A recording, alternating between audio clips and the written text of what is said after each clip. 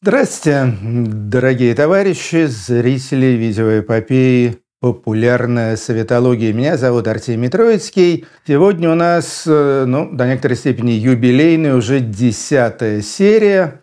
Пересказывать содержание предыдущих частей я не буду. Да, и вы еще имеете в виду, что те выпуски, где я отвечаю на ваши вопросы, они за серии не считаются. Это у нас идет отдельно диалог ведущего и его зрителей. Сегодня у нас полноценная 10-я серия, и посвящена она советскому транспорту и путешествиям в Советском Союзе.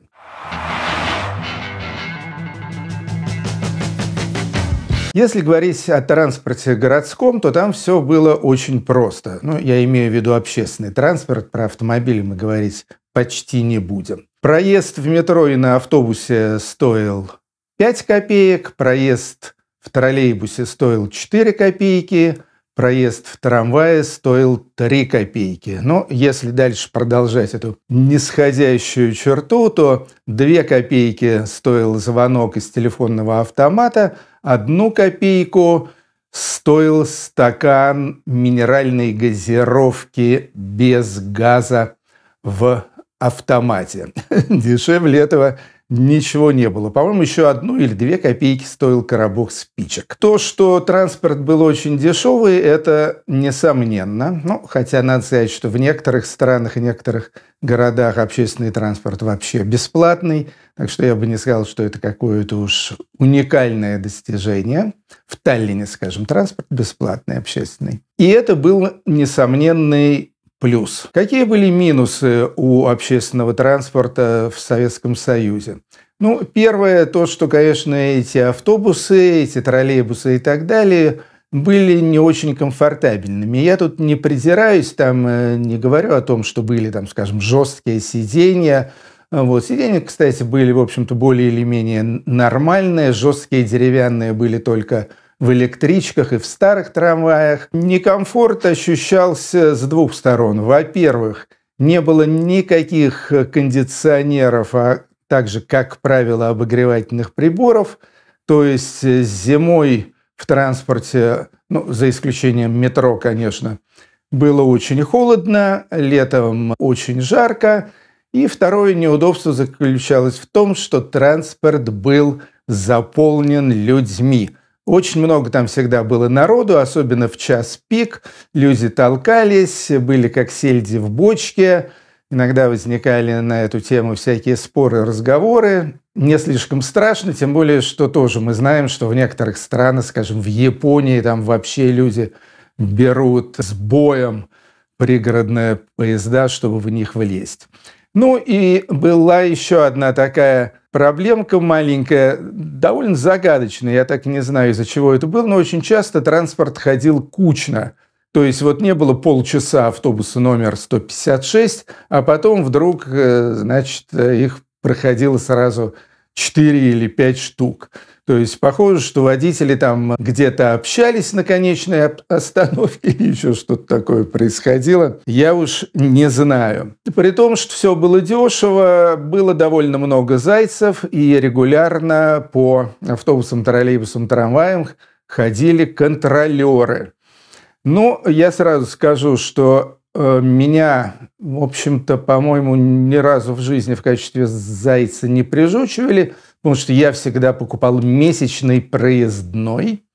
Он стоил 6 рублей на все виды транспорта. Но, по-моему, штраф был то ли 1 рубль, то ли 3 рубля, как-то так. В общем, штраф был не очень чувствительный, но все-таки, в общем, такой, и не сказать, что очень маленький. Разумеется, из всех этих видов транспорта, в принципе, самым комфортабельным, самым четким и так далее было метро.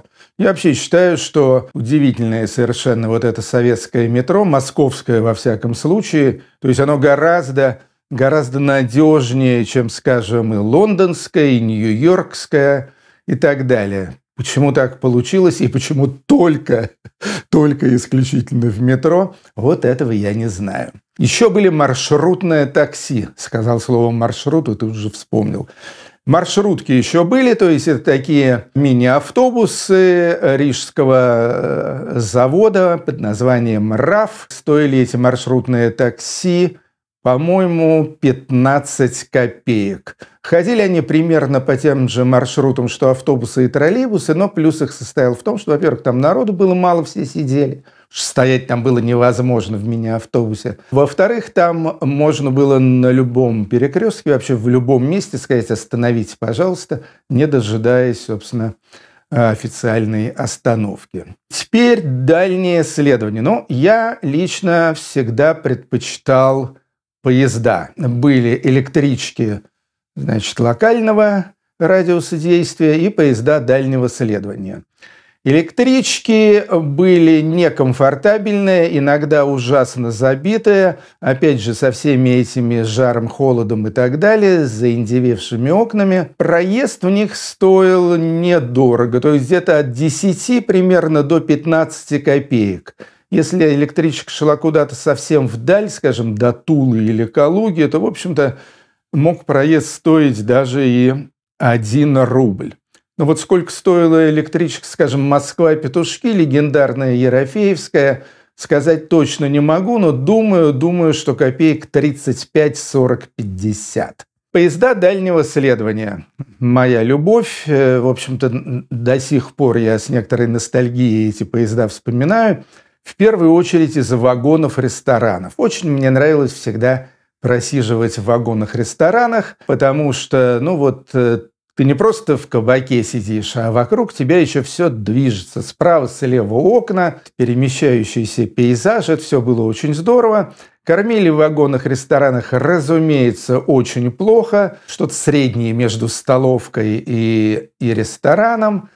Опять же, стандартное меню, которым я редко пользовался. А брал я там всегда алкоголь и закусочку к нему, то есть какой-нибудь там огуречный салат, ветчину, колбасу, в общем, что-то такое. Помню, один раз я очень хорошо провел время в вагоне-ресторане. Это ехал я в Литву, как сейчас помню, в город Шауляй, к другу Виргису Стакенусу и подружке Ларетте. Там в вагоне-ресторане ни с того ни с сего, не знаю с какой стати, обнаружился настоящий португальский портвейн в таких вот пузатых бутылочках. В Советском Союзе вообще продовольственный импорт мог быть очень неожиданным. Вдруг там каким-то образом, может, по бартеру за нефть, может, еще как, но попала в советскую страну, по-видимому, большая партия хорошего португальского портвейна.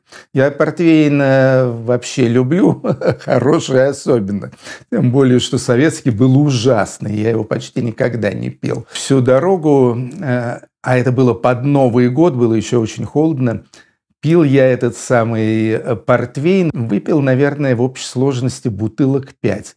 Прелестная была поездка. Как я вышел из поезда, не помню. Типы вагонов были сидячие, но сидячие это было не так распространено, а популярные это были плацкартные, которые подешевле и которые с такими открытыми пространствами, и купейные. Стоили билеты очень дешево. Это я помню наизусть до сих пор, поскольку покупал их бесчетное количество раз. Билет Москва-Ленинград, в одну сторону, разумеется, стоил купейный или 12, или 12,50 рублей. Плацкартный билет стоил от 9 или 9,50 до 10 рублей, опять же, в колыбель революции город на Неве. Билет в Таллин, Ригу и, по-моему, Вильнюс тоже стоил примерно одинаково. Купейный, в плацкарте я туда не ездил, и стоил он 15 рублей. СВ, то есть двухместное такое шикарное купе, билет СВ стоил ровно в 2 раза больше, чем билет купейный. То есть, опять же, до Ленинграда, значит, он стоил где-то рублей 25, до Риги, Вильнюса, Таллина где-то рублей 30. Поезда были, в общем-то, такие же примерно, как сейчас. Мне в них нравилось, я в них заводил всякие знакомства, которые продолжал в вагоне-ресторане. И, в общем, это всегда было неплохое приключение. Плохое приключение в поезде у меня случилось только один раз. Это мы с другой Сашей ехали из Ленинграда в Москву, и у нас был с собой ящик пива. Билетов у нас не было, потому что вообще не было билетов. То есть поезда пользовались спросом, и не всегда можно было на них купить билет. Так вот, мы с этим ящиком пива, естественно, подъехали к первому попавшемуся проводнику, сказали: вот смотри, у нас ящик пива, можем весело провести время, если ты нас заселишь в свой вагон. Он сказал: нет проблем. И действительно, мы поселились в купе проводника, пили пиво весело-весело. Но, к сожалению, нагрянули контролеры где-то аккурат перед городом Балагоя, то есть на полпути между Ленинградом и Москвой, и нас высадили. Вот. Ну и проводнику, я так понимаю, тоже пришлось не сладко, потому что он вообще лыка не вязал. В общем, много было всяких забавных историй, связано с поездами. С самолетами. Самолеты у нас были, естественно, Аэрофлота. Единственная была монопольная государственная компания. Ну, в общем, там все было обычно, ничего такого специального рассказать не могу. Билеты стоили, опять же, дешево. То есть, скажем, билет на самолет Москва-Ленинград стоил 18 рублей. Ну, то есть, где-то там на 5-6 рублей дороже, чем билет на поезд. Но некоторые, конечно, были авиабилеты очень дорогие, потому что страна-то 11 временных поясов, соответственно, куда-нибудь там в Петропавловск-Камчатский, Владивосток, Южно-Сахалинск билеты стоили более 100 рублей, где-то там 110-120, по-моему, доходило даже до 130 рублей. В самолетах было все очень либерально, ну, как и во всех самолетах в те времена. Там можно было и пить, и курить, и хорошо себя чувствовать. Ну, один, я помню, тоже случай, тоже почему-то связанный с пьянством. Вы только не думаете, что я хронический алкоголик. Нет, но потому что почему-то просто смешные истории обычно бывают с этим состоянием души и тела. Однажды я улетал из Тбилиси вообще в бессознательном состоянии, и меня друзья вносили в самолет на носилках. Причем я лежал на носилках, а на животе у меня еще, помимо там сумки или рюкзака, стоял еще бурдюк с вином. Вот так вот я попал в самолет Ту-134 Тбилиси-Москва. Естественно, можно было путешествовать еще и на автомобилях тоже. И много я ездил на автомобилях. Правда, на далекие расстояния нет. Опять же, ездил в Ленинград, ездил в Прибалтику, ездил там где-то в районе Золотого кольца, Ярославль, Владимир, там всякое такое красивое древнерусское. Честно говоря, путешествовать на автомобилях было не очень комфортно, потому что дороги плохие. Плохие гаишники, которые, разумеется, на этих плохих дорогах занимались всяческими поборами. Бензин стоил, как сейчас помню, было всего две разновидности бензина в СССР. Это бензин 76-й и бензин 93-й. Ну, всякие москвичи-запорожцы, они катались на 76-м, а более современные «Жигули» катались на 93-м. 76-й стоил 8 копеек литр, 93-й стоил 10 копеек литр. Но многим даже этих небольших денег было жалко, и люди покупали бензин у водителей грузовиков. То есть те им просто сливали свой бензин. У них бензин-то был казенный, разумеется.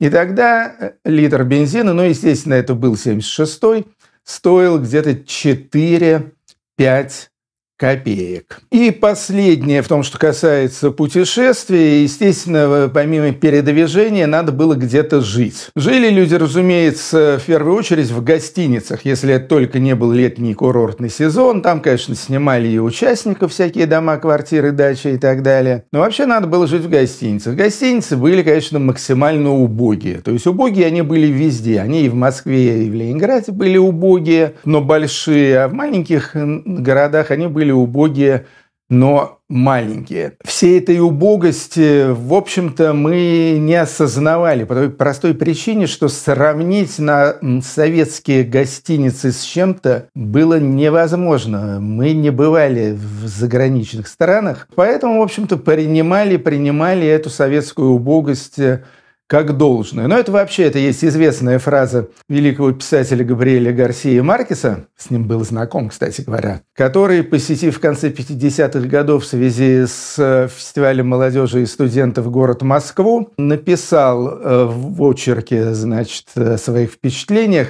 «Советские люди счастливы от того, что не знают, в какой ужасной стране они живут». Ну, в общем-то, так оно примерно и было. Гостиницы были тоже очень дешевые, ну, где-то от 1,5 рублей за сутки. Ну, а всякие там люксы, суперлюксы и так далее могло стоить 15-20 рублей. Может быть, даже в каких-то столичных интуристских гостиницах и больше. Но, в принципе, гостиницы, если брать скромный номер, да еще и с соседом, то, в общем-то, они стоили, конечно, гроши. Были, конечно, с гостиницами и маленькие проблемы. Одна заключалась в том, что часто там мест не было. Другая проблема заключалась в том, что не прописывали в номера с девушкой/женщиной, если вы с ней не были расписаны, если штамп в паспорте не стоял. Ну, о том, как преодолевались эти препятствия простыми советскими людьми, я расскажу в следующей 11-й серии популярной советологии, поп-совета нашего, и она будет посвящена как раз блату и взяткам. Так что смотрите, не пропустите. Надеюсь, что было интересно, а будет еще интереснее. Меня зовут Артемий Троицкий. Всем счастливо.